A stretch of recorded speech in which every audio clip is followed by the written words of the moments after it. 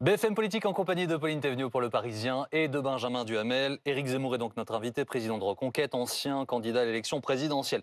Nous allons commencer cette émission avec du foot parce que les Bleus sont en demi-finale de la Coupe du Monde. Victoire hier soir 2-1 contre l'Angleterre. Vous êtes dans quel état d'esprit ce matin? Heureux? Heureux, très heureux. Vous savez, moi, ma génération fait que je suis un traumatisé de France-Allemagne de 1982. Donc, toutes les victoires sont bonnes à prendre. Je suis content quand la France gagne, sans état d'âme, sans rien du tout. En plus, c'était un match magnifique. Hmm. Les Anglais ont été à deux doigts de gagner. Franchement, c'était superbe. Ça veut dire que vous bloquez vos soirées quand c'est un match des Ah Bleus oui, comme ça? oui, bien sûr. Vous regardez en famille, entre amis? Je regarde, ça dépend avec ceux qui veulent voir, quand mes enfants veulent voir, quand ils sont pas là, quand ils sont avec leurs copains, bon, je regarde. Mais même tout seul, je suis prêt, je regarde les matchs. Bon, le foot qui n'est jamais très très loin de la politique, quoique certains en disent. Jordan Bardella, donc, qui est le nouveau patron du Rassemblement national, a regardé le match, lui, mais manifestement, il n'a pas vu Aurélien Tchouaméni. Regardez le tweet qu'il a publié ce matin. Merci Olivier Giroud, merci Didier Deschamps, merci l'équipe de France. On est en demi, l'aventure continue. Tchouaméni qui a marqué le premier Premier but. but, superbe but. Ça vous interroge ou pas qu'il est... Non, je sais pas, je suis pas dans sa tête et je vais pas commenter ses tweets. Je pense qu'il a voulu dire Olivier Giroud qui a marqué le deuxième but décisif. Voilà. Mais franchement, toute l'équipe est à féliciter. Et je vous dis, les Anglais ont fait un match magnifique. C'était un match très dur, euh, très tendu. Vous savez, aujourd'hui, c'est la différence avec le football de mon enfance. C'est-à-dire qu'à l'époque, chaque équipe avait un jeu particulier, qui exprimait d'ailleurs une espèce de génie national. Les Anglais avaient leur jeu, les Italiens avaient leur jeu, les Allemands avaient leur jeu. Aujourd'hui, il y a une uniformisation, parce que tous les joueurs jouent dans les mêmes équipes, etc. Et donc, et les techniciens aussi. Et donc, tous les jeux se ressemblent. Et donc, ça fait qu'un jeu un peu étouffant, vous voyez, parce qu'ils jouent de la même façon. Et donc, les victoires tardent à se décider. C'est mieux pour le spectacle. Ça dépend, mais en tout cas, c'est beau. Benjamin. L'équipe de France qui joue en ce moment est une équipe hétérogène, diverse, avec plusieurs origines. L'équipe de France de foot aujourd'hui, c'est l'anti-Zemmour? C'est l'inverse de la société que vous prenez? Alors là, vous savez, je disais tout à l'heure que j'ai connu le foot jadis. Moi, j'aimais Marius Trésor. Il n'était pas blanc de peau spécialement. Défenseur des J'aimais Girondins de Jean Bordeaux. Tigana, qui venait d'Afrique. L'équipe de France, il y a toujours eu des enfants de l'immigration dans l'équipe de France. Oui, mais je vous pose la question parce que Mais il y a un an et demi, quand vous sortiez votre livre, également sur des plateaux de télévision, vous vous interrogiez sur le fait qu'il y avait, je cite, trop de Noirs en équipe de Il France. y a une Je vous différence pose donc la question. entre des gens qui viennent d'origines différentes, ce qui a toujours été le cas en France. Les plus grands joueurs, Raymond Kopa était fils d'immigrés polonais, Platini, fils d'immigrés italiens, etc. Et le fait qu'il y ait 8, 9 joueurs d'origine africaine, de couleur noire, dans l'équipe. C'est pas la même chose. Si vous aviez 9 joueurs blancs dans l'équipe sénégalaise, je pense que les Sénégalais s'interrogeraient. Et donc vous considérez qu'il y a un déséquilibre aujourd'hui dans Donc l'équipe de France? aujourd'hui, je pense qu'il y a un équilibre assez subtil d'ailleurs, mais il faut que simplement que l'équipe ressemble au pays, tout bêtement. Je veux dire, quand on voit, je vous répète, imaginez une équipe du Japon qui a très bien joué, ou une équipe du Maroc. J'imagine, vous allez me parler de l'équipe du Maroc. S'il y avait 10 joueurs qui s'appelaient François et Jean-Claude dans l'équipe du Maroc, je pense que le roi s'interrogerait. C'est tout ce que j'ai voulu dire. Pauline. La prochaine étape, c'est les demi-finales. Les Bleus vont affronter le Maroc. Est-ce que ce sera une fête? En tout cas, ce que je sais, pour avoir parlé avec des policiers, c'est que c'est une grande frayeur pour la police. Vous voyez ça avant de voir la fête, les supporters qui se disent doublement heureux, la liesse? Je vois rien, moi. Vous savez, je regarde, C'est j'observe. la première chose dont vous parlez. Oui, vous m'avez posé une question, je vous réponds. Moi, vous savez, vous m'avez dit, est-ce que ça sera une fête? Oui. Je vous dis, je vais vous répondre globalement. Mais d'abord, je tiens à vous dire que les policiers sont très inquiets. Deuxièmement, je tiens à vous dire, puisqu'on parlait football d'abord, que je trouve remarquable cette équipe du Maroc. C'est un exploit inédit pour une C'est équipe la première africaine. équipe africaine en demi-finale d'un Exactement, je mondial me de foot. souviens, le Cameroun en 1990 était en quart de finale, il n'avait pas réussi à aller en demi-finale. Là, vraiment, c'est un exploit formidable. Et en plus, ce n'est pas par un concours de circonstances. Ils ont battu des équipes grandes équipes. difficiles, de la Belgique, l'Espagne, Le Portugal. franchement, et le Portugal avant-hier. Donc, je pense que vraiment, c'est une très bonne équipe. Elle fait un très bon jeu et ça va être très difficile pour les Français. Maintenant, il y a d'autres degrés d'analyse. Je remarque que quand la liesse populaire se répand au Maroc, ça se passe très bien. Le roi se trouve au milieu, etc. Quand ça se passe en France, ça finit par des émeutes et des affrontements avec la police. Ça finit par des émeutes et des affrontements aux Champs-Élysées, ça finit par des pillages de camions, vous l'avez vu, à Avignon. Pourquoi? J'aimerais comprendre pourquoi. Deuxièmement, Juste les images de l'IS, par exemple, Oui. sur les Champs-Élysées, de voir des gens qui, pour une grande majorité, pacifiquement viennent montrer leur joie que le Maroc ait gagné, ça vous pose un problème ou pas? attendez. Non, mais est-ce que ces images, elles vous posent Je vais vous problème? répondre. Je vais vous répondre. D'abord, ça finit en émeute. Pourquoi ça Pas finit en émeute? partout et une grande Est-ce minorité. que- Regardez est-ce les que- images hier soir, hein. Est-ce que quand les Argentins célèbrent leur victoire, ça se finit en émeute, Benjamin Duhamel? Non. Deuxièmement, vous me posez une question, je vais vous répondre sans hésitation et sans circonvolution. J'aimerais savoir comment réagirait le roi du Maroc, les Marocains, si à Marrakech, des milliers et des milliers de Français célébraient leur victoire, la victoire de la France.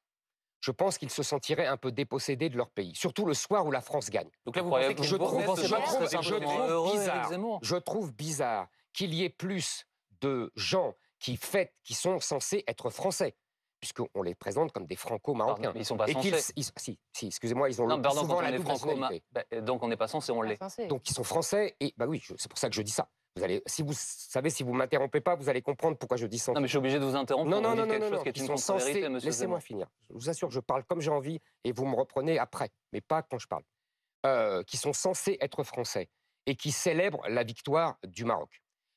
Qui célèbrent la victoire du Maroc le jour où la France gagne. Je n'ai pas Avant, vu. en Avant. l'occurrence. Pardon. Non, après aussi.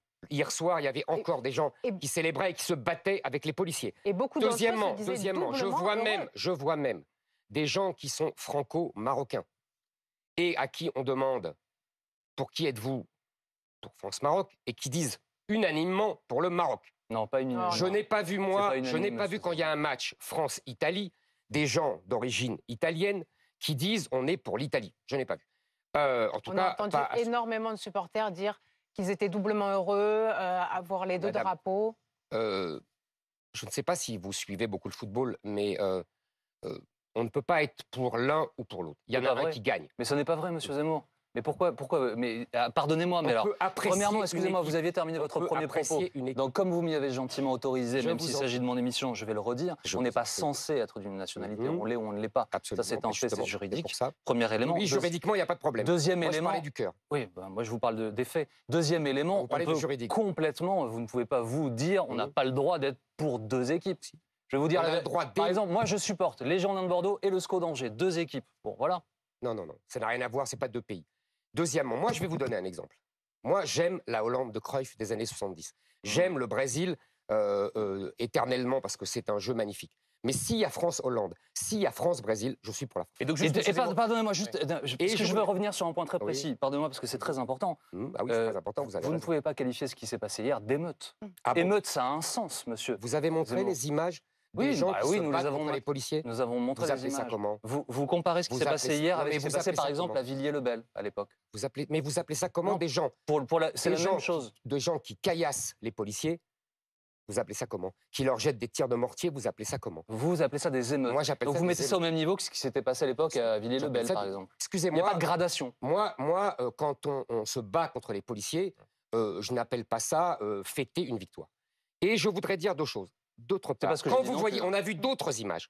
On a vu d'autres images par exemple, après la victoire contre la Belgique à Bruxelles, d'un Marocain ou d'un Belgeo-Marocain qui arrachait le drapeau de la Belgique et qui mettait à la place le drapeau du Maroc. Non, mais attendez, monsieur Attendez, Zemmour. non, mais vous juste- avez vu ces images Très bien, vous mais aussi. là, juste, on est sur ce qui se Sous passe les en France. actes. Si Non, mais c'est la même chose. Si je comprends bien ce que vous dites à Jean-Baptiste, vous considérez qu'au fond, les Franco-Marocains qui se réjouissent de la victoire du Maroc ne sont pas des bons Français. Non, je dis simplement une puisque chose. vous moi, disiez juridique, mais pas de cœur. Benjamin Duhamel. Qu'est-ce que vous voulez moi, dire je dis que quand on est français, on est pour la France. Et si on est franco-marocain, on n'a Et pas donc- le droit d'être pour le Maroc. Contre la France, non.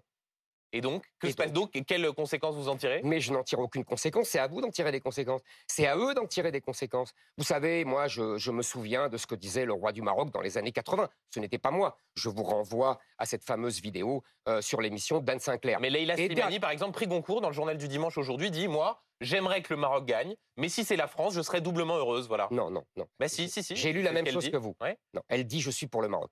Et c'est un C'est problème. mon pays de cœur.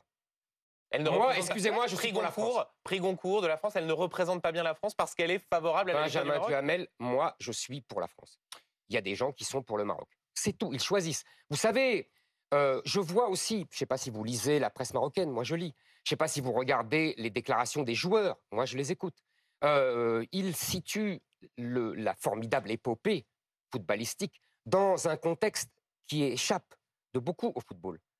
Je lis que ça serait la revanche des pays colonisés contre les pays colonisateurs, la revanche du monde Quel joueur arabo-musulman a déclaré sur le ça? monde occidental, Quel joueur a même déclaré contre ça? les croisés. Imaginez, Quel joueur a imaginez, déclaré ça, attendez, monsieur Zemmour? je finis ma phrase, je vous réponds après. Imaginez que, comme on l'a lu dans certains journaux marocains et que de joueurs marocains qui disent « je dédie cette victoire à l'ensemble du monde arabe ». Imaginez que Olivier Giroud ait dédié sa victoire d'hier à l'ensemble du monde chrétien. Que dirait-on? Attendez, c'est la première fois qu'un pays arabe arrive en demi-finale de la Coupe du Monde. C'est pas totalement absurde qu'on dédie ça plus généralement au continent auquel Je voudrais on qu'on appartient. avance. Il n'y a juste pas pire aveugle que celui qui ne veut pas voir. d'un mot, Benjamin quel joueur a déclaré ça? Diamant. Vous regardez, je ne connais Parce pas. que vous m'avez dit, moi je la lis, pas vous, donc Oui, oui, quel vous joueur? regardez, mais vous regardez, vous retrouverez, vous inquiétez pas. Je suis sûr que vous retrouverez. Emmanuel Macron va donc se rendre au Qatar, monsieur Zemmour. Il va assister à la demi-finale comme promis. Est-ce que c'est la bonne décision? Ah ben, et pourquoi ne le ferait-il pas? Bah, vous savez bien qu'il y a beaucoup de responsables politiques qui jugent qu'il n'est pas opportun pour la France de se rendre au Qatar. Vous en êtes encore là? Non, moi non, je vous pose une Ah question. d'accord. Non, moi, vous savez, j'avais dit avant que toutes les polémiques sur le boycott du Qatar tomberaient à partir du premier match, comme jadis, vous savez, pour la Coupe du Monde en 78 en Argentine, il y avait la dictature à l'époque et il y avait eu les mêmes polémiques sur l'éventuel boycott de cette Coupe du Monde et c'est tombé le jour du premier match et c'est exactement ce qui s'est passé. Je pense que c'est des polémiques désuètes, cette Coupe du Monde se passe très bien et elle est tout à fait passionnante. On continue à en parler néanmoins et certains responsables politiques en profitent aussi pour distiller des messages. La ministre des Sports, Amélie Oudéa-Castéra, hier soir, en tribune, elle arborait un pull avec un motif arc-en-ciel en signe de soutien à la communauté LGBT. Est-ce que vous approuvez cette démarche? Je ne comprends pas et je n'admets pas les tentatives de récupération par quelques groupes que ce soit, par quelques Elle lobbies dit, que je voulais ce soit. exprimer mon soutien en faveur des droits humains, des droits LGBT. Je vois pas le rapport avec le football. Pour terminer sur le football, vous pouvez faire le 11 de tête de l'équipe de France? Vous Là- connaissez ça par cœur? Ouais. Oula. Bah écoutez, Loris, Mhm. évidemment, dans les buts. En défense, je crois qu'il y a Hernandez. Euh, Kanté. Il n'y a pas Kanté au milieu de terrain? Ou pas Mécano? Ah, Coupe Mécano. Ah, Mécano, moi je dis oui, vous avez Mhm. raison. Écoutez, je vais vous donner dans le désordre, ça va aller plus vite. Il y aura Griezmann, Mbappé, Giroud, Rabiot, qui est remarquable d'ailleurs. Ils sont tous très bons. L'auteur du but hier, Chouameni? Aurélien Tchouaméni. Et puis, qui j'ai oublié? Vous avez oublié j'ai Koundé. oublié Koundé. Non, je vous l'ai dit tout à Ouais. l'heure, mais je l'ai mis en défense alors qu'il était au milieu de terrain.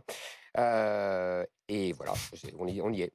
On y est, ouais. Il en manque quelques-uns. Non, Il en non, manque non, je quelques-uns, crois pas. mais bon. Non, je vous assure, je crois pas.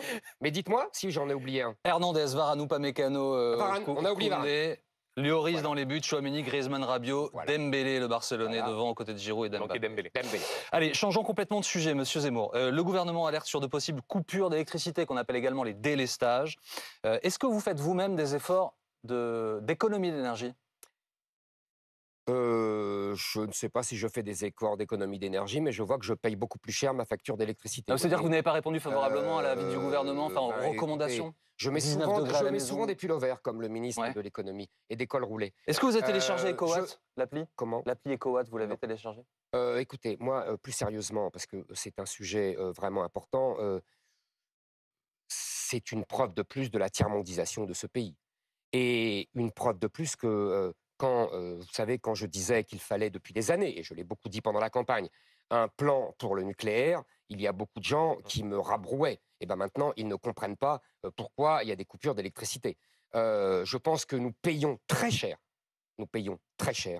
les folies écologiques de ces 20 dernières années, les petites manœuvres politiciennes de la gauche socialiste, à partir de M. Jospin jusqu'à M. Hollande, et en arrivant à M. Macron, toutes les petites combines politiciennes pour plaire aux Verts, qui ont fait que nous avons fermé Fessenheim, que nous avons renoncé à Astrid, que nous avons renoncé aux supergénérateurs à la fin des années Et 90. Monsieur Zemmour, on vous entend sur le nucléaire, mais si vous étiez au pouvoir là, à partir du moment où l'on sait qu'il faut plus de 10 ans pour construire une nouvelle centrale nucléaire, qu'est-ce que vous feriez différemment du gouvernement qui en appelle à la sobriété et qui espère qu'on pourra éviter les délestages au mois de janvier? Benjamin Duhamel, les gouvernements sont responsables. Vous ne pouvez pas passer comme ça. Je passe pas. par Et sur le terre des nucléaire, bras. on a suffisamment ici pointé les problèmes de prise de décision qui ont été ceux des gouvernements qui sont succédés. Mais si Absolument. vous étiez au Mais il faut pouvoir... le rappeler. Non mais très bien, mais Il faut le qu'est-ce rappeler, que c'est vous feriez important. Et- aujourd'hui Et je vais vous dire différemment? pourquoi. Je vais vous dire pourquoi il faut le rappeler. Pour deux raisons. La première, c'est que M. Macron n'a toujours pas officiellement renoncé à son programme de réduction à 50% de la part du nucléaire dans ce qu'on appelle le mix électrique. Ils n'ont toujours pas renoncé à ça. Donc ça, c'est pour la critique. Maintenant, Mais non, mais constructif. c'est Qu'est-ce pour que aujourd'hui vous aussi. feriez? Qu'est-ce que J'attends, vous feriez déjà, différemment? je dirais que l'électricité, la part du nucléaire dans l'électricité Là, ne pour doit cet pas hiver. être réduite. Pour Là, cet hiver, aujourd'hui, oui, mais pour cet hiver, là, pour mais janvier. cet hiver, Benjamin Alors, qu'est-ce que Duhamel, vous feriez? cet hiver. Deuxième, c'est très important ce que je viens de vous dire. Ouais. C'est très important. Deuxièmement, ce que je ferais, c'est que je sortirais du système européen, de l'Arenh. Je l'ai dit pendant la campagne présidentielle, lors de mon débat face à M. Le Maire. J'ai eu l'impression qu'il ne savait même pas ce que c'était que l'Arenh. Deuxièmement, à l'époque, ça paraissait délirant. Aujourd'hui, le gouvernement fait des pieds et des mains pour pouvoir sortir de ce système sans rompre avec les autorités européennes. Moi, je dis qu'il faut sortir de l'Arenh. Mais est-ce qu'on peut, Ça fait sortir de ce système, Monsieur Zemmour? Donc, en gros, gérer mieux l'indexation, notamment le gaz, l'électricité, etc. Ces Oui, prix-là, vous avez compris pourquoi. bien sûr. Parce mais que non seulement non seulement on a empêché pendant des années EDF, au nom d'une pseudo-concurrence, de vendre son électricité nucléaire à un prix normal, parce qu'on était le Qatar de l'électricité, puisqu'on parlait du Qatar. Et deuxièmement, on a branché, si j'ose dire, le prix de l'électricité sur le prix du gaz. Ouais. Quand le prix du gaz explose, on voit le résultat. tout à fait. Mais en Tout ça, revanche, c'est l'Europe, hein, monsieur, vous avez bien compris. bien sûr, en revanche, aujourd'hui, nos bonnes relations sur le plan énergétique avec nos voisins nous permettent aussi, puisque nous sommes devenus importateurs, elles nous permettent aussi, ces bonnes relations, d'acheter Deux choses. et de faire face, du coup. Tout à fait. Deux choses. La première, il y avait des accords d'achat avant l'instauration du tarif ARENH. Donc c'est indépendant du système européen. À l'époque, c'est nous qui étions exportateurs, comme vous l'avez rappelé. Et désormais, vous voyez le délire de nos élites françaises qui se prennent pour les plus intelligentes du monde et qui ont coulé ce que le général de Gaulle, ce que Georges Pompidou, le fameux plan Mesmer de 1973, avait fait. C'est-à-dire non seulement l'indépendance énergétique de la France, non seulement le fait pour les Français d'avoir, et les entreprises françaises, d'avoir une énergie électrique à bon prix, mais en plus, comme vous l'avez dit vous-même, d'exporter vers nos voisins. Aujourd'hui, nous importons. Et en Parce attendant, que- le gouvernement a raison de dire attention à votre consommation d'énergie pour essayer de passer l'hiver. Mais ce n'est pas ça qui va permettre de passer l'hiver. Ce n'est pas cela. Alors, non. comment on c'est C'est passe l'hiver résiduel. C'est résiduel. Le problème, c'est que nous allons, en revanche, nous allons détruire ce qui nous reste d'industrie. Parce que vous avez bien compris aujourd'hui que les entreprises françaises industrielles qui nous restent, le peu, songent à déménager et à partir dans des pays où, aux États-Unis par exemple, l'énergie est beaucoup moins chère. Quelles entreprises? Beaucoup d'entreprises, il faut lire les papiers, il faut lire les journaux, il faut regarder, il faut Vous êtes écouter très les gentil, je patrons. lis Ben les oui, journaux. mais Mais je tous vous nos assure, téléspectateurs mais ne je les lisent vous pas, a- donc mais il y a vu que vous beaucoup- avancez un il y a argument, beaucoup- je vous encourage à mais le moi, je ne- préciser. toutes les entreprises qui utilisent beaucoup d'électricité et de gaz. Et il y a une dernière chose, pour vous dire le génie de nos écologistes et de nos élites. Vous avez remarqué que avec l'Ukraine, nous avons renoncé au gaz russe pour nous précipiter vers le gaz américain, le fameux GNL. Vous avez remarqué que même les écologistes ne critiquent plus ce gaz. Et pourtant, vous savez d'où il vient ce En gaz. l'occurrence, le gaz russe, c'est plutôt Vladimir Poutine qui a arrêté de l'acheminer en Europe. Hein. Non, c'est nous qui avons aussi boycotté. Nous avons dit, nous n'en voulons plus, excusez-moi. Et donc lui, il a dit, bah, on ne vous le vend plus. Non, mais ne changez pas de conversation. Le GNL, qu'est-ce que c'est? C'est du gaz de schiste. Le gaz de schiste que les écologistes nous ont empêché de prospecter en France et en Europe, et que maintenant on achète à un prix 4 fois plus élevé que celui que les Américains vendent à leurs entreprises. Un dernier mot sur l'énergie, Pauline. Le gouvernement a multiplié les alertes, a été très, très, très fort dans les alertes. Est-ce que pour vous, c'était le bon ton ou est-ce que ça, c'est de nature à paniquer les Français? On voit que Bruno Le Maire récemment a un peu tempéré en disant mais non, on va pouvoir passer l'hiver sans difficulté, sans coupure et à notre portée. Qu'est-ce que vous pensez de cette communication? Vous savez, je pense que le problème n'est pas un problème de communication. Je pense que le gouvernement est affolé. Je pense que ces gens ne maîtrisent rien et qu'ils payent les décisions qui ont été prises il y a des années, y compris par eux d'ailleurs. Je l'ai dit tout à l'heure. Je rappelle que Emmanuel Macron avait dit qu'il fermerait 12 centrales nucléaires en 2018. Il a aussi annoncé la construction de 6 réacteurs il y a un an à Oui, Belfort. mais vous voyez le temps perdu. Excusez-moi, votre collègue a dit lui-même qu'il faut 10 ans pour construire une centrale nucléaire. S'il avait pris sa décision il y a 5 ans, il ne resterait plus que 5 ans. Si François Hollande n'avait pas pris sa décision de fermer Fessenheim et que Emmanuel Macron a entériné alors qu'il pouvait faire le contraire, eh ben on aurait Fessenheim, on aurait deux réacteurs en plus. Vous savez, pardonnez-moi, je finis là-dessus. J'ai visité Fessenheim pendant la campagne présidentielle. Vous savez, il ne faut pas croire ce que le gouvernement vous dit. Elle était parfaite, Fessenheim. Elle était en état de marche. C'était à la fois la plus vieille centrale nucléaire et en même temps la plus moderne parce que les centrales ont cela de particulier qu'on renouvelle chacune des pièces. Donc, M. Macron aurait très bien pu changer de la décision de François Hollande et la remettre en marche. Éric Zemmour est l'invité de BFM Politique ce midi. Monsieur Zemmour, comme chaque dimanche, je vous montre maintenant 3 photos. Elles vont apparaître juste derrière moi. Derrière chaque photo se cache une question liée à l'actualité. Vous allez pouvoir en choisir 2. Nous allons donc faire apparaître le logo des Républicains, une main qui symbolise en fait un service de soins palliatifs et un préservatif. Quelle photo choisissez-vous? Bon, les Républicains, comme ça nous permettra de parler politique. On connaîtra donc ce soir le nom moi, du je choisis nouveau après l'autre. président des Républicains. Éric Ciotti, le favori. Est-ce que vous espérez sa victoire? Je n'espère rien, vous savez, pour les Républicains. Je pense que c'est pas une question d'homme. J'ai du respect, même de l'amitié. Je les connais très bien pour Éric Ciotti comme pour Bruno Retailleau. Ils sont d'ailleurs l'un et l'autre, au fond, pas très loin et même très près de ce que je dis. Mais je pense que LR, ce n'est plus chez LR que se passe l'avenir de la droite et l'avenir de la France. Mais ça change quelque chose que Ciotti gagne, par exemple, pour vous? Pour moi, Ouais. par rapport à Retailleau, non, ça ne change pas radicalement les choses. Vous savez, je pense que Vous lui le lancez problème... pas un appel éventuellement à travailler avec vous, Non, même si lui n'en veut pas. mais non, mais de toute façon, il a dit non, donc j'ai compris, vous savez. Ouais. Moi, Vous pourriez appeler quand même. ça va. Vous savez, prêcher dans le désert, c'est pas à mon goût. Hein.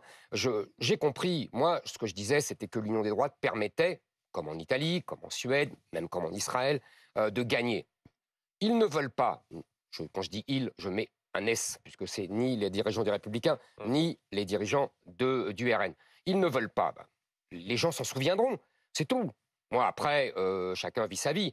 Vous savez, je pense que LR est à l'article, est à la fin de sa vie politique. Vous savez, c'est un classique de l'histoire politique française. Il y avait le parti radical qui dominait la Troisième République. C'est aujourd'hui un petit parti. C'est devenu un parti d'élus, le LR. Donc c'est en général la fin d'un parti. Je pense que c'est fini. Ils pourront faire des efforts pour faire du bouche à bouche à LR. Je pense que LR est mort. Venant d'un parti qui n'a pas d'élus, Ils ont au moins 70 députés de plus que vous. Cher, je vous ai dit, c'est un parti d'élus, mais il a aussi 50 ans de plus que moi. C'est toujours mieux d'avoir des élus que de ne pas en avoir. Bien sûr, mais nous avons des élus. Oui. Mais pas élus sous Quelques l'étiquette parlementaires européenne. européens. Oui, pas au Parlement, pas à l'Assemblée nationale. Nous avons 2 sénateurs, nous avons des parlementaires européens, nous avons des maires, nous avons des conseillers régionaux, etc. Et puis, je vais vous dire une différence. Vous savez, LR est à la fin de sa vie. Nous sommes au début de notre vie. Nous avons 1 an. Nous sommes à 1 an, en termes de militants, parce que ça compte quand même les militants, Benjamin Duhamel, le premier parti de France. Alors nous allons revenir sur ces questions, Monsieur Zemmour. Il nous reste 2 photos à choisir, enfin une parmi les 2 qui restent. Est-ce que vous souhaitez donc la photo avec ces 2 mains donc et ce service de soins palliatifs, ou est-ce que vous souhaitez le préservatif? Écoutez, les mains. La Convention citoyenne a commencé ses travaux autour de la fin de vie. Question simple, est-ce que vous êtes favorable à une évolution de la loi?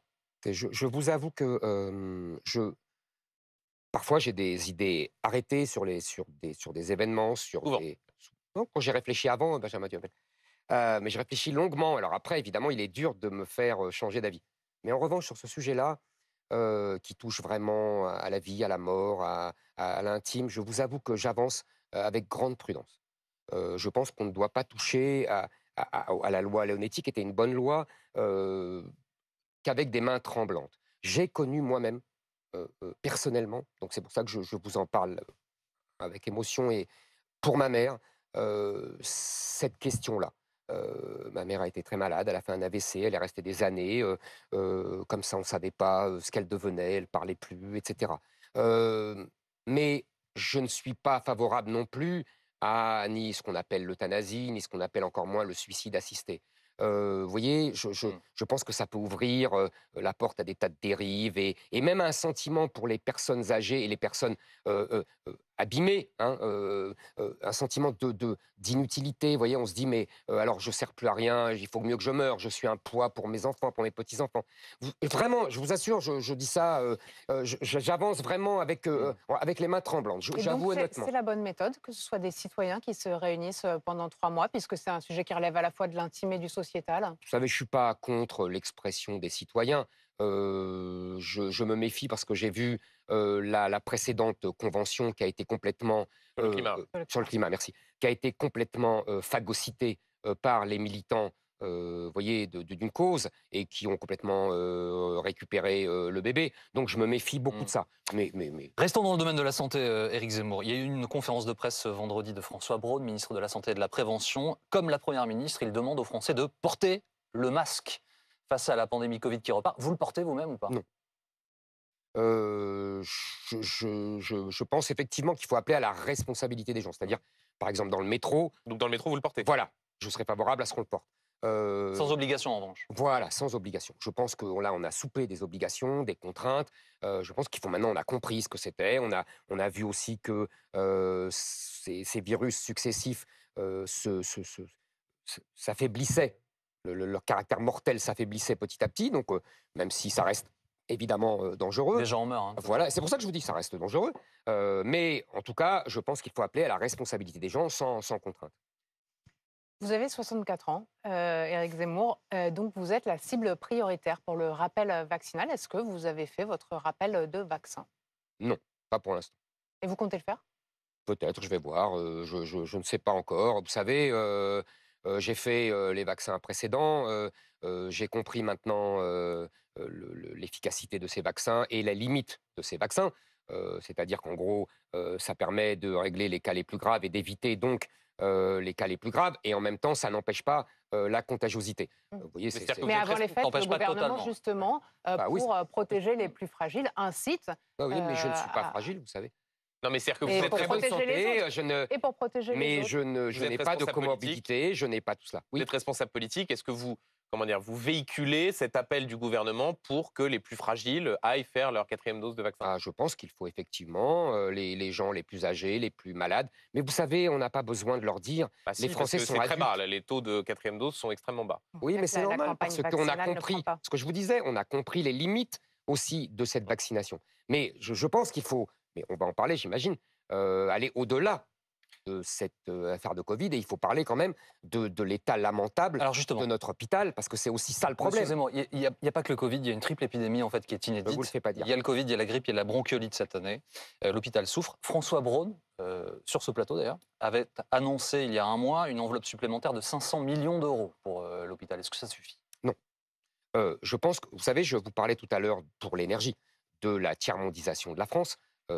Ça vaut aussi pour l'hôpital. Ça vaut aussi pour l'école. J'espère qu'on en parlera après. Je pense qu'il y a une tiers-mondisation de notre pays dramatique. Et que l'hôpital, moi, dans ma jeunesse, l'hôpital et l'école d'ailleurs, étaient la fierté de la France. On disait, on a le meilleur système de santé du monde, on a le meilleur système scolaire du monde. Et c'était largement vrai. On a, par, pour des raisons multiples, saccagé ce système hospitalier et ce système de santé. Aujourd'hui, si on a autant de problèmes, c'est parce qu'on a réduit des lits par milliers pour des raisons technocratiques et soi-disant d'économie. C'est surtout parce qu'on n'a pas assez de personnel précisément pour s'occuper de ces lits. Non. Et en Non, cela, non, non, non, on non. repart sur les 10 ans. Il y a eu fin du numerus clausus en 2018. Il faut beaucoup d'années pour former des médecins. Madame Donc Duhamel, concrètement, c'est la même qu'est-ce que vous chose. faites pour que l'hôpital Attendez. aille mieux? Mais vous êtes marrant. On a, à vous entendre, on a l'impression que, je sais que vous êtes jeune, mais que la vie et que l'histoire de France commence en 2018. Non, mais c'est pas ça. Mais c'est que la déploration, le constat, je veux dire, oui, l'hôpital va mal. Non, Concrètement, non, vous êtes responsable politique. non, Qu'est-ce c'est que vous trop faites pour que facile. l'hôpital aille mieux? En disant si vous cela, étiez au Benjamin pouvoir? Duhamel, vous excusez ce qu'on fait. J'excuse rien. Si vous excusez ce qu'ont fait M. Macron, M. Hollande et tous les dirigeants qui nous ont précédés. C'est pas ce que vous dit Benjamin, c'est monsieur cela, parce Zemmour. que Non, il on vous est- dit j'entends votre constat, maintenant quelle proposition Non, il ne faites-vous dit pour pas ça. l'avenir? Il dit, mais maintenant, qu'est-ce que vous feriez? Bah oui. Je veux d'abord dire qu'il y a des responsables. D'accord. Et que ce M. Macron a eu le pouvoir depuis 5 ans et qu'il a eu le pouvoir même depuis 10 ans, puisqu'il était le plus proche conseiller de M. Hollande et qu'il n'avait rien fait. Il faut le dire, M. Duhamel. Bon, maintenant... Qu'est-ce que vous faites? Qu'est-ce que vous proposez? Qu'est-ce qu'on fait? Un, effectivement, vous avez raison, la fin du numerus clausus, mais il a Ça, été c'est fait. décidé. Ça a été décidé, mais c'est très lent, Ça a été décidé en 2018. en 2018. Ouais. Mais vous vous rendez compte que ça faisait des années qu'on le réclamait. Deuxièmement, je propose toujours un grand plan pour l'hôpital, pour augmenter les capacités hospitalières, et je propose que les médecins reprennent en main l'hôpital, c'est-à-dire que ça ne soit plus dirigé par des technocrates qui ne soient obsédés par les considérations financières et budgétaires, mais que les médecins, comme cela se passait avant, aient leur mot à dire dans la gestion de l'hôpital. Troisièmement, je pense qu'il faut, oui, augmenter les salaires des infirmières et des médecins hospitaliers, parce qu'aujourd'hui, et 4, il faut résoudre les problèmes de sécurité. Il y a des problèmes de sécurité énormes à l'hôpital qui sont dus évidemment à la tiers-mondisation de l'hôpital et au fait que l'hôpital soigne le monde entier aujourd'hui avec les violences qui vont avec. En matière de santé toujours, il y a aujourd'hui un manque de certains médicaments, de Doliprane pour les enfants, d'amoxicilline. Est-ce que ça aussi, cela vous inquiète? Ah ben, c'est évidemment, là aussi, dans les années 80, on avait une des industries pharmaceutiques les plus puissantes du monde. À l'époque, la gauche pestait, dénonçait les profits énormes de l'industrie pharmaceutique. Eh ben, elle a gagné. Il y a aussi la question de la surconsommation, une question plus circonstancielle, non, surconsommation attendez, liée au attendez. Covid. Il n'y a pas un problème, il y a un problème de surconsommation, mais en l'occurrence, le manque de Doliprane et d'autres médicaments n'est pas lié à la surconsommation. Il est lié au fait que depuis 10 ans, depuis 15 ans, l'industrie pharmaceutique a mis ses usines en Inde et en Chine. Et que donc, du coup, on a un problème, on n'a plus d'usines pharmaceutiques en France. Pourquoi, madame? Pourquoi? Pour 2 raisons. D'une part, parce que on a réduit, encore une fois, pour les mêmes raisons que l'hôpital, les bureaucrates du ministère de la Santé et de Bercy ont imposé un prix très bas du médicament, ce qui fait que l'industrie pharmaceutique ne gagne plus assez d'argent sur les médicaments qu'il vend en France, et donc a délocalisé ses usines Il faut pour augmenter le prix gagner. de Doliprane? Ah oui, attendez, laissez-moi finir.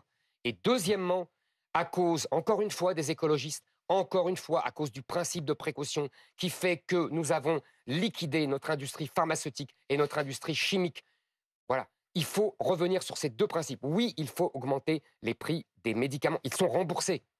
Ils sont remboursés, les À la prix fin, des À la médicaments. fin, c'est payant, l'État qui paye. Et donc le Non, contribuable. non, c'est la sécurité sociale qui paye. Hmm. Pas l'État, c'est pas la même chose. Attention, donc c'est les La cotisants. sécurité sociale, ce sont les Français Ce sont les collectivement. cotisants. Allez, je voudrais que nous avancions. Les contours de la réforme des retraites pardon, sont connus. Le gouvernement devrait la présenter jeudi. Je recevais Philippe Martinez, le leader de la CGT, vendredi. Il a expliqué sur BFM TV qu'en gros, Elisabeth Borne avait dit ce sera 65 ans. Voilà. Elle lui a dit ça. En tout cas, c'est ce qu'il rapporte. Vous étiez favorable à un départ à 64 ans. 65, ça vous va, du coup? J'ai 2 minutes quand même pour préciser Oui, ma on a pensée. encore pas mal de sujets, mais bien sûr. Je vais Allez-y. très vite. D'abord, je vais agacer Benjamin Duhamel parce que je vais rappeler que Emmanuel Macron n'a rien fait pendant 5 ans et qu'il s'est perdu dans les chimères. Non, mais on voit que d'une- l'éditorialiste a du reste. Hein, Non, quand non, même. pas du tout, pas du Souvent tout, pas du beaucoup dans tout. l'analyse, la déploration, mais quand mon il s'agit cher, de proposer... mon cher, sans analyse, on ne comprend rien. Alors avançons, s'il vous plaît, monsieur. Excusez-moi, si on n'analyse pas le passé, on ne comprend pas le présent et on ne peut rien décider pour l'avenir. Emmanuel Macron lui dit, par exemple, il y a eu une guerre en Ukraine, il y a eu une épidémie de Covid, donc Ouais. bon, il y a eu des sujets qui m'ont... Quel rapport? qui ont... C'est ce qu'il dit. Ouais, enfin bon. Je vois pas le rapport. Mais bon, c'est pas grave. Deuxièmement, puisqu'on va avancer, on va faire plaisir à Benjamin Duhamel. Euh, nous travaillons globalement pas assez. Nous ne travaillons pas, pardon, globalement pas assez. La France, les Français. Ça veut dire qu'il y a, nous ne faisons pas assez d'heures travaillées, que ce soit au niveau de la semaine, au niveau de l'année et au niveau de la vie. On a une meilleure productivité que beaucoup de nos Oui, non, voisins. ça c'est un mythe. Ah bon? Oui, ça c'était peut-être vrai il y a 30 ans, mais ce n'est plus vrai. Je vous assure. Donc, il faut travailler davantage. Donc, par exemple, il faut reconsidérer nos rapports aux 35 heures. Mmh. Et il faut aussi, effectivement, travailler plus longuement. Maintenant, donc c'est pour ça que j'avais proposé l'allongement de la... Exact. Vous savez, en 1981, l'âge de la retraite était à 65 ans. Et depuis, nous avons gagné 15 ans d'espérance de vie. Y compris, parce que je vois que certains, avec raison d'ailleurs, font le distinguo, y compris, nous avons gagné beaucoup d'années d'espérance de vie en bonne santé. Bon. Donc, nous, tous les autres pays d'Europe ont allongé l'espérance de la durée de vie, l'âge de la retraite. Exactement la 66, même réflexion 67. jusqu'à maintenant qu'Emmanuel Macron. Pour le coup. Mais je ne suis pas en désaccord avec Emmanuel Macron pour être en désaccord avec Emmanuel Macron. Donc vous Ce soutenez... que je dis maintenant, c'est que je soutiendrai, puisque c'est ça votre question, Oui. puisque moi j'avais proposé 64 ans. Mais je dis à deux conditions majeures. La première, c'est qu'il faut tenir compte absolument. Il ne faut pas traiter les gens comme moi, qui ont travaillé dans des bureaux, ou comme vous. Moi, je peux prendre ma retraite beaucoup plus tard que mes 64 ans. Je n'ai pas souffert physiquement avec les gens qui sont couvreurs, qui ont travaillé très dur, qui ont commencé à 18 ans. Moi, j'étais étudiant à cette époque. Vous voyez, on ne peut pas traiter ces La gens-là... pénibilité, ouais. Mais oui, la pénibilité, l'âge carrières de longues. départ à la retraite. Donc, il faut tenir compte aussi, en dehors de l'état 64 ans, de la durée de cotisation. Les gens qui ont commencé à 18 ans, 20 ans doivent partir avant moi. C'est normal. Bon, Et tout ça, deuxièmement... c'est pris en compte. Hein. Mais oui, mais bien sûr, mais je dis, il faut que ça soit pris en compte et ça sera pris en compte. Et deuxièmement, je tiens à dire qu'il n'est pas normal que les patrons continuent de virer les gens à partir de 55 ans. Aujourd'hui, nous avons, à 62 ans, l'âge de la retraite, 63% seulement des gens qui travaillent encore. Le taux d'emploi des plus de 55 ans n'est pas bon. Alors, du coup, Ce n'est pas normal. Donc, comment je fais un système de bonus-malus pour les entreprises qui ne forment pas les gens plus âgés, qui ne les gardent pas, qui les renvoient. Je voudrais que nous parlions de l'école maintenant, Monsieur Zemmour. Pape Ndiaye a annoncé cette semaine la réforme de l'enseignement prioritaire. Alors c'est très important, c'est un découpage dans lequel on met certains établissements qui ont besoin de plus d'attention, qui ont besoin de plus de moyens, donc certains vont rentrer dans cette catégorie, d'autres en Oui, sortir. les fameuses zones d'éducation prioritaire. Voilà, j'explique pour nos téléspectateurs, pour mieux coller aux besoins. Est-ce que cette réforme-là, est-ce qu'elle est nécessaire selon vous? Je crois que cette réforme-là est tellement liée à la question de l'immigration que je pense que nous allons l'écarter. Parce que si on ne règle pas la question de l'immigration, on ne réglera jamais la question des zones d'éducation prioritaire. Je vous vois froncer les sourcils. En général, elles sont dans les banlieues fortement islamisées. Donc cette question-là, je pense que ce n'est pas la priorité si on ne règle pas la question de l'immigration. Mais en revanche, l'école... Ça ne participe pas du même raisonnement, pardonnez-moi, mais... Oui, les enfants dire que l'immigration aggrave la crise scolaire. Non, oui. c'est pas ce que je veux dire, c'est que les enfants, d'où qu'ils viennent, aient accès à une éducation de qualité, permet aussi de mieux s'intégrer et de mieux vivre. Je suis bien d'accord avec vous, mais justement, je vais parler globalement de l'école. J'ai décidé depuis la rentrée, d'ailleurs les journalistes qui me suivent l'ont remarqué, de mettre l'accent fort sur l'école. Je pense que c'est un sujet majeur, fondamental, vous l'avez dit vous-même. J'ai forgé une association dite de parents vigilants qui est aujourd'hui à 38 000, près de 40 000 personnes, qui nous relaie tout ce qui les scandalise dans l'école de leurs enfants. Et d'ailleurs, ça fait grand bruit ces derniers jours. Je pense que ces premiers appels me confirment dans mes deux diagnostics que je pose sur l'école. Un effondrement du niveau scolaire. Un effondrement qui date de plusieurs décennies. Je rappelle que les bien-pensants et le journal Le Monde, dans les années 90, nous disaient que le niveau montait. Il s'est écroulé. Maintenant, les classements internationaux, toutes les enquêtes le prouvent. Et deuxièmement, pendant que nos enfants ne savent plus lire ni écrire et font de plus en plus de fautes dans les dictées, ils subissent une propagande je dis bien le mot propagande.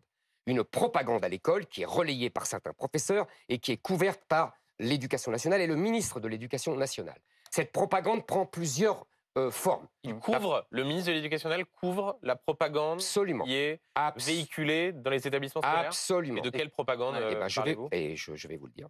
La propagande, d'abord, il y a une propagande. Moi, vous savez, j'ai eu 3 enfants, je les ai suivis attentivement. Et j'ai vu l'évolution des programmes, des livres scolaires et des cours qu'on leur dispensait. Il y a une première propagande qui est la propagande écologique. Aujourd'hui, les cours de géographie sont réduits uniquement à la question du réchauffement climatique et de ce qu'on appelle le développement durable. Il ne faudrait pas en parler du réchauffement Si, climatique il à faudra. l'école. Vous voyez, comme vous êtes, c'est intéressant votre réflexion.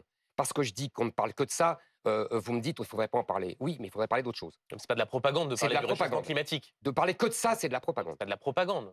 Parler du réchauffement Vous appelez climatique, ça- vous pouvez souhaiter qu'on évoque d'autres sujets, mais Oui, de parler que de ça. à moins de contester le réchauffement J'appelle climatique, ça- c'est non, pas de la non. propagande. Quand on parle que de ça à des enfants, c'est de la propagande. Donc il n'y a plus Deuxièmement, que ça dans les cours de géo. absolument. Deuxièmement, en tout cas, c'est ce que j'ai vu moi avec mes enfants à partir de la seconde, de la première et même avant. Deuxièmement, de la propagande en histoire anti-française. Troisièmement, C'est quoi, pardonnez-moi? anti-française, on apprend à nos enfants que la France, l'histoire de France est une accumulation de crimes pendant la colonisation, l'esclavage, la Seconde Guerre mondiale, etc. Et Donc il n'y en a pas eu? première aussi. Comment? Il n'y en a pas eu? Il y en a. Non, mais il y a tout. Vous savez, toute histoire, tout pays Oui. a une histoire avec des crimes. Si on apprend essentiellement cela et si on fait une propagande univoque, là, ça devient dangereux. Troisièmement, il y a ce qu'on appelle la théorie du genre. Aujourd'hui, je vois que M. Papendiaï pousse beaucoup à ce que lui appelle l'éducation sexuelle. Mais il faut expliquer aux gens qui nous regardent.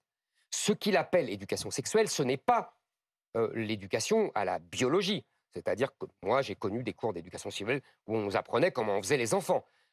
Aujourd'hui, c'est justement pour nier la biologie, c'est-à-dire la théorie du genre. Et votre fils... C'est de l'éducation à la lutte contre les discriminations sexuelles. J'appelle ça de la propagande.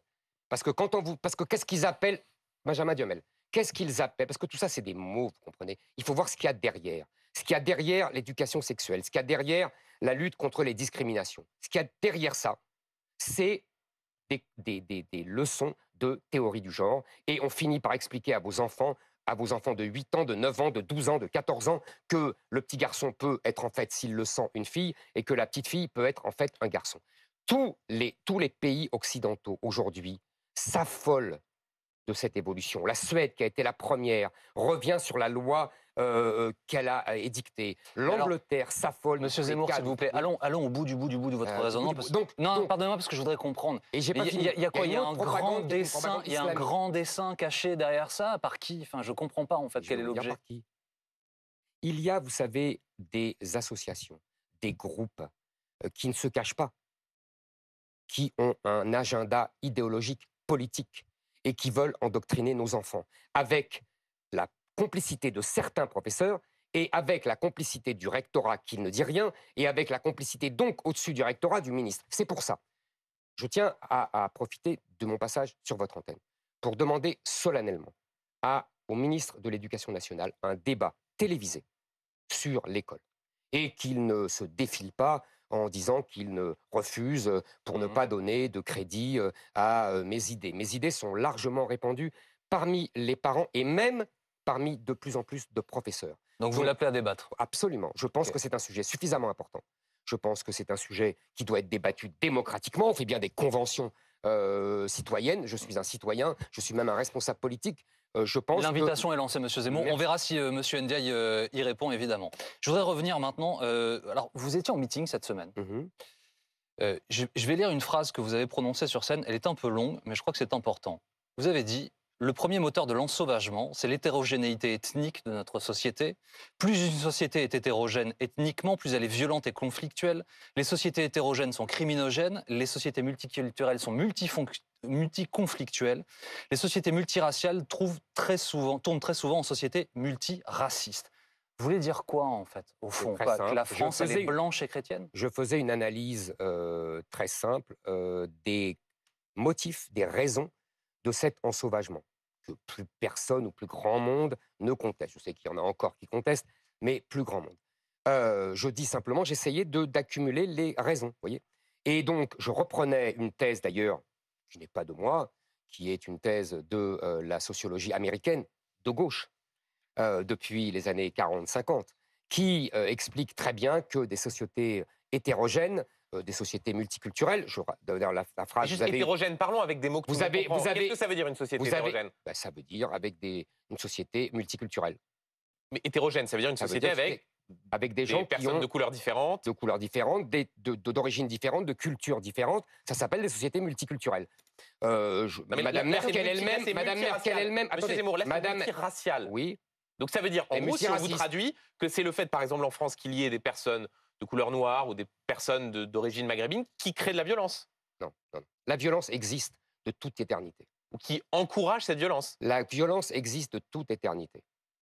L'homme est violent, on le sait depuis toujours. Il y a dans les sociétés les plus homogènes de la violence, des crimes, des vols. C'est pas ce que je ne dis pas le contraire. En revanche, je pense effectivement que les sociétés hétérogènes sont encore plus violentes que les sociétés homogènes. On le voit aujourd'hui, je n'ai rien inventé. Si on On va raisonne à par l'absurde, Chicago. ça veut dire quoi? Si on reste entre blancs et chrétiens, ça se passe mieux? Ça se passe mieux. Ça ne veut pas dire qu'il n'y a pas de crime, ça ne veut pas dire qu'il n'y a pas de vol. Donc Mais vous prenez une société ethniquement homogène. non, je ne prône pas, non, madame. Je ne prône pas parce que tout simplement, je suis réaliste. Et que donc, je dis simplement que le fait, vous savez, c'est tout simple. On est plus enclin à agresser quelqu'un s'il est très différent de nous. S'il est le même, on a des réserves. Vous voyez, par exemple, Donc l'assimilation, attendez. c'est fini. Non, non, non, L'assimilation, non, c'est non, fini, pas c'est du plus un tout. projet. L'assimilation a toujours été mon projet.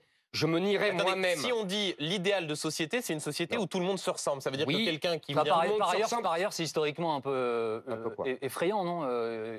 Je vois pas ce qu'il y a d'effrayant De là-dedans. rêver de gens de la même ethnie qui vivraient ensemble, non? Non, mais ça n'existe pas, ça, monsieur. Ça n'existe pas. Ouais. Je dis. Bah, heureusement, Non, d'ailleurs. mais heureusement ou malheureusement, c'est pas le sujet. On est sorti, on a des nations. Vous savez, Renan a expliqué il y a un siècle aux Allemands qu'il n'y avait pas de nation de pure. Donc ça n'existe pas. J'ai lu ça, vous savez. Et moi-même, je suis français et mes ancêtres n'étaient pas là aux croisades.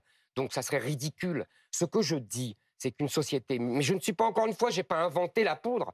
La société multiculturelle qui ne fonctionne pas, c'est une phrase de Angela Merkel.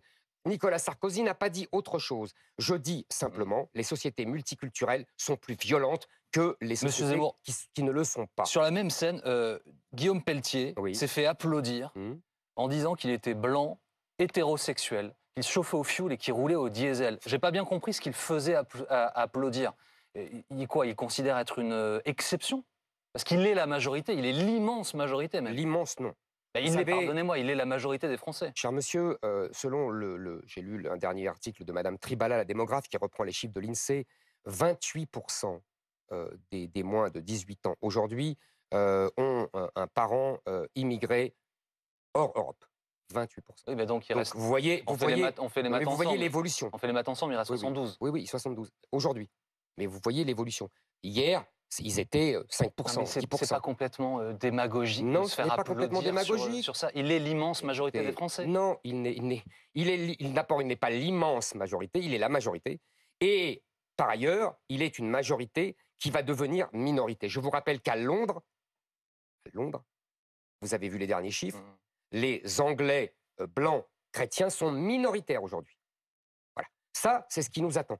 Et c'est ce qui est en train de se passer dans d'innombrables quartiers, dans d'innombrables banlieues, dans d'innombrables villes. Il suffit d'aller dans toutes les grandes villes françaises pour voir que la population a changé. C'est une Monsieur Zemmour, ça veut évidence. dire que dans un moment où il y a des problèmes de pouvoir d'achat, d'inflation, où les Français ont peur d'avoir des coupures d'électricité, on a un responsable politique qui se fait applaudir parce qu'il est hétérosexuel et blanc.